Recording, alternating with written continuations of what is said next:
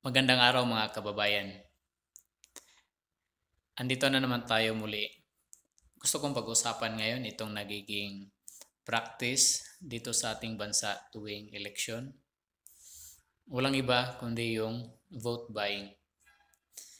Alam natin sigurong lahat na ang vote buying ay pinagbabawal sa ating batas.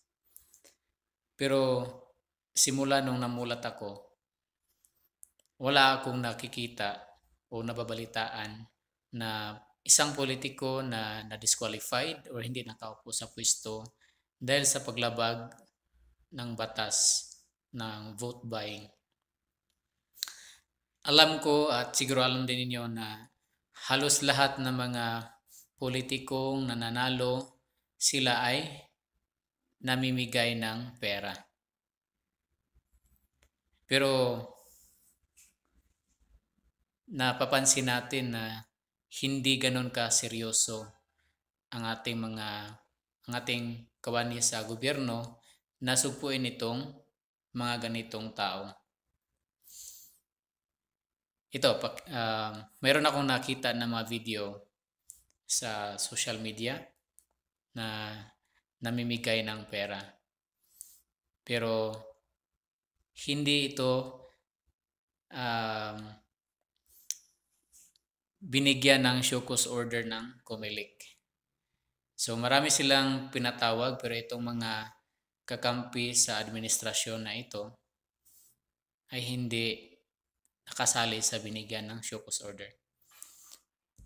Tingnan ninyo saglit.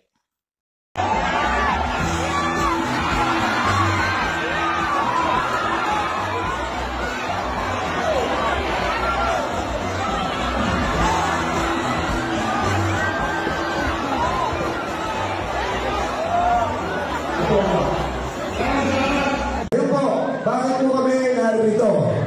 Kasi gusto po namin na ako bilang tatakbo pong gobernador, humingi po ako ng suporta sa inyo.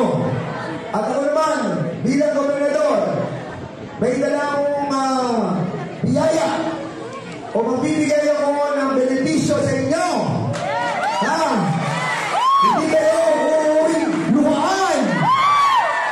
Uuwi kayong may dalang pera. Aside doon sa bibigyan po ni Congressman Don Ronain, ang inyong pong lingkod, pera natin personal, ibibigay ko sa inyong lahat. Pero maganda dito, hindi pa po tayo gobernador, nabibigay na po kami ni Don Don kapag po siya congressman. Lalo higit, pag siya na naging congressman, ako naging governor, si Vice Governor na magiging Vice Governor de Normante, triple ang ibibigay namin sa inyo! Okay po ba yun? Okay! Nakikita natin kababayan na itong ginawa nila ay paglabag sa batas na vote buying. Alam ko na alam din nila na itong kanilang ginagawa ay hindi naayon sa ating batas. Pero ganon sila ka-confident na gawin ito.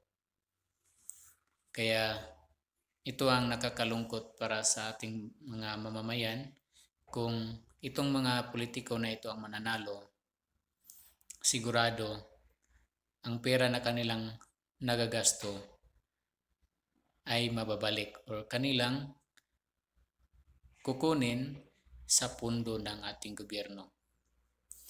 Kaya hindi may pagtanggi na baon pa rin tayo sa kahirapan. Maraming salamat sa pagpanood ninyo sa aking video at hanggang sa muli. Have a nice day.